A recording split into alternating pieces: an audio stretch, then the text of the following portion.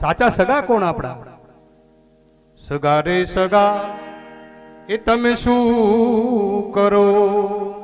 એ સગા બધા વળાવીને વળશે,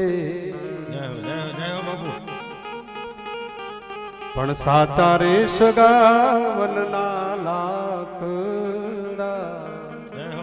એ ભેગા આવીને બળશે. જગતમાં જો કોઈ સાચો સગો હોય તો એ છે વનનું લાકડું.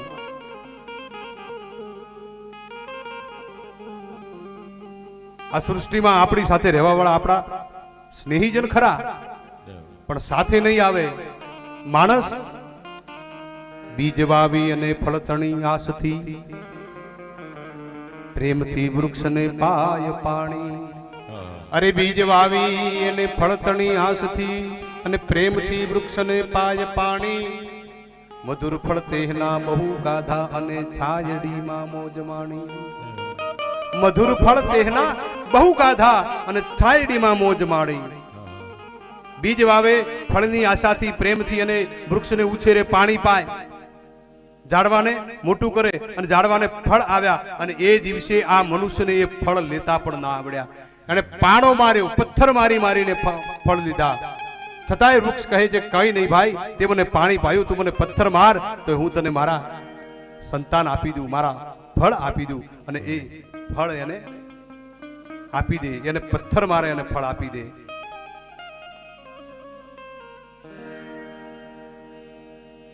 પણ આ મનુષ્યનો સ્વભાવ કેવો છે? વર્ષ કઈક વીતતા પેલું ઝાડ જૂનું થયું. વર્ષ કઈક વીતતા પેલું ઝાડ જૂનું થયું. ફળ ગયા ને ગઈ ઓળખાણી. વર્ષ વીત્યા, ઝાડ જૂનું થયું, હવે ફળ આવવા બંધ થઈ ગયા એટલે ઓળખાણ ભૂલી ગયો માણસ. કરવતે કાપ્યા, કઈક ટુકડા કર્યા. એ ઝાડને એને કરવતે કાપી, કઈક ટુકડા કર્યા. ગુણ બધા આગલા ધૂળ ધાણી. એ વૃક્ષને એને બપોરના ભોજન કરી છાયડામાં સૂતો, એના ફળ ખાતો. અને પછી સ્વાર્થી આ માણસ જ્યારે એ ફળ આપવાનું બંધ થઈ ગયું એટલે એને કરવતે કાપી અને એના ટુકડા કરી દીધા.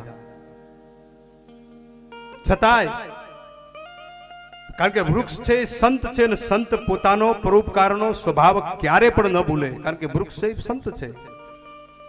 એને કહ્યું ચિંતા ન કર ભલા માણસ, હું બેઠો છું હજી. તારા ચૂલામાં જઈ અગ્નિ થઈ, અગ્નિમાં બળી અને તારું અન્ન હું પકવીશ.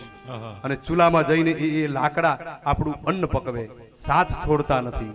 અરે માણસ વૃદ્ધ થાય, અંતે આ પંખીડું ઉડી જાય ત્યારે એની સાથે સમાજમાંથી, પરિવારમાંથી કોઈ એની સાથે બળવા તૈયાર નથી. અને એ દિવસે એ સંત એ લાકડું એમ કે ચિંતા ના કર ભલા માણસ, કોઈ નહીં આવે તો તે મને કાપી અને ટુકડા કર્યા છે ને એને તું ચિતા તૈયાર, હું ચિતા તૈયાર કરું અને આગ લગાવ, હું તારી સાથે બળવા તૈયાર છું. આને કહેવાય સાચા સગા.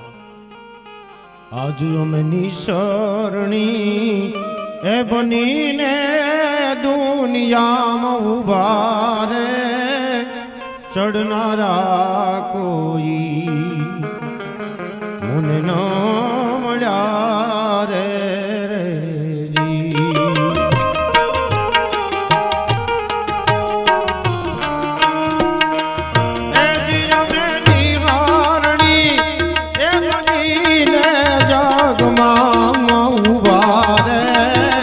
ચડનારા કોઈ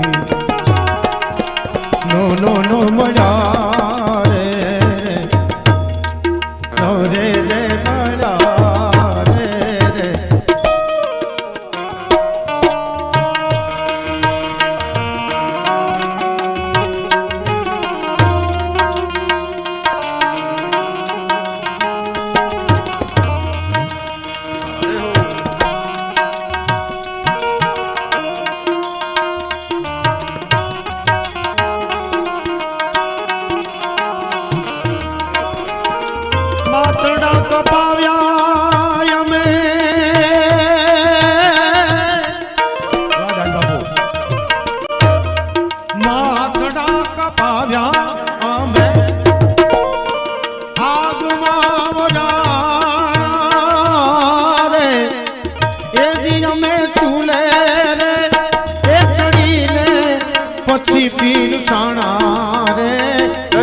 અમને જમનારા કોઈ